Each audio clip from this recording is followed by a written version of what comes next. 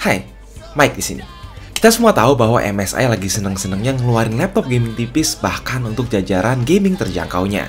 Kecuali, ini ada seri GL yang kelihatannya masih cukup tebal. Apa bener laptop gaming tebal otomatis pasti lebih bandel? Ayo kita lihat.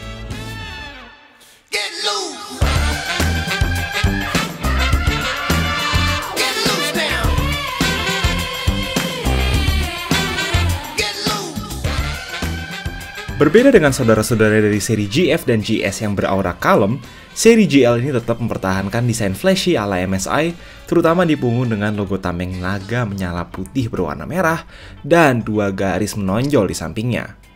Well, cuma ditanya RGB, di versi sampel ini tidak dikasih keyboard RGB. Yang terbuat dari aluminium di sini hanyalah punggung dan frame keyboard, sedangkan sisanya terbuat dari polimer biasa. Pastinya wajar karena ini nggak termasuk seri laptop elite. Sama seperti GL63 generasi sebelumnya, hinge berada di atas bodi sehingga tidak mengganggu ventilasi, meski nggak bisa dibuka sampai tiduran sempurna. Bedanya, bezelnya sudah dikecilkan dan bodinya ini tidak melancip di bagian tengah atas, dengan catatan mempertahankan webcam. Bezel bawahnya aja yang masih relatif luas, disertai tulisan MSI warna hitam. Seperti yang tadi sudah disebut, tebalnya mendekati 3 cm, kerasa tebalnya saat dimasukin tas dengan berat 2,3 kg. Lanjut ke layar, actually di sini rasanya kurang greget ngelihat layar IPS levelnya masih 120Hz, di mana saingan-saingannya dari merek sebelah di harga 20 jutaan, rata-rata udah 144Hz semua. Wait, ternyata ada juga yang 144Hz plus keyboard RGB yang beda 500.000 doang. Cuman nggak paham kenapa ya susah-susah masukin 2 SKU yang deketan banget gini. Nggak berhenti di situ, game mode dan brightness-nya pun sangat seadanya. Bahkan rasanya agak sedikit kemerahan dan butuh dikalibrasi pastinya, kalau mau kalian pakai untuk kerja sebagai profesional atau content creator.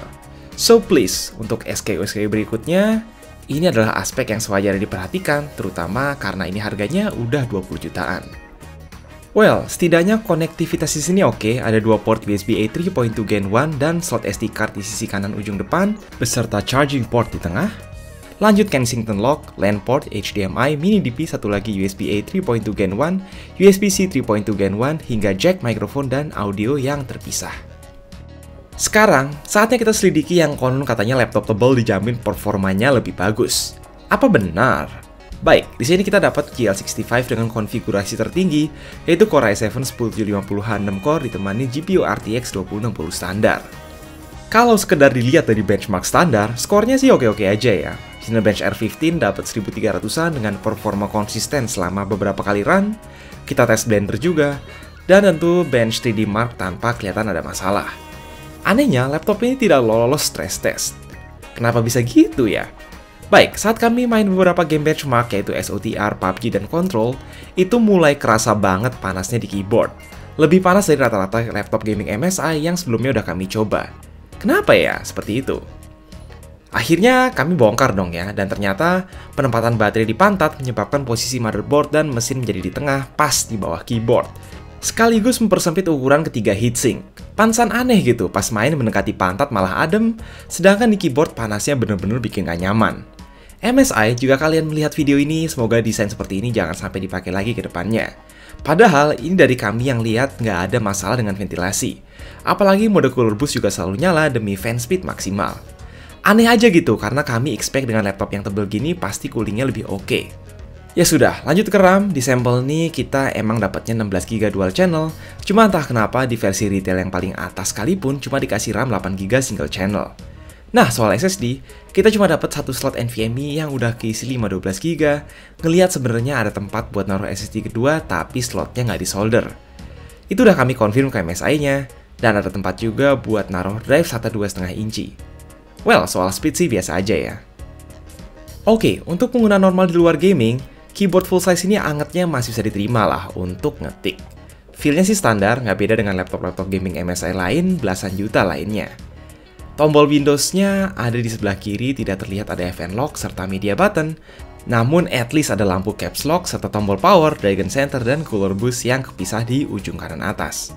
Sekali lagi, SKU yang punya layar 144Hz udah pakai backlit per key RGB SteelSeries.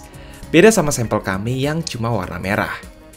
Soal touchpad kami nggak menemukan masalah, luasnya cukup dengan dilengkapi hardware button di bawahnya. Soal baterai aja yang jujur kami agak kecewa. Dengan ukuran laptop yang relatif tebal, baterai 51Wh itu jelas tergolong kecil. Paling hanya kuat sekitar 2,5 jam penggunaan ringan mode power saver, mengingat Core i7 Kamed Lake nggak terkenal hemat daya. So, kemanapun kalian pergi, sebaiknya adapter 230 watt ini harus ikut di dalam tas laptop kalian. Secara speaker pun rasanya nggak ada yang spesial, seperti rata-rata MSI seri GL sebelumnya. Menjawab pertanyaan di awal, apakah laptop gaming tebal pasti punya jaminan performa lebih bagus ketimbang yang lebih tipis? Jawabannya adalah belum tentu. Jujur aja kami yakin semestinya MSI bisa ngedesain laptop seri GL yang jauh lebih bagus tanpa beberapa kesalahan desain fatal seperti halnya desain motherboard, daya tahan baterai, layout SSD yang nggak maksimal, dan beberapa hal lainnya. Apakah ini sebuah laptop yang recommended apa bukan di harga 20 jutaan? Pasti kalian udah tahu jawabannya. Semoga siapapun yang akan ngedesain laptop gaming ke depannya bisa belajar sedikit dari video singkat kami kali ini. Itu aja dulu tentang MSI GL65.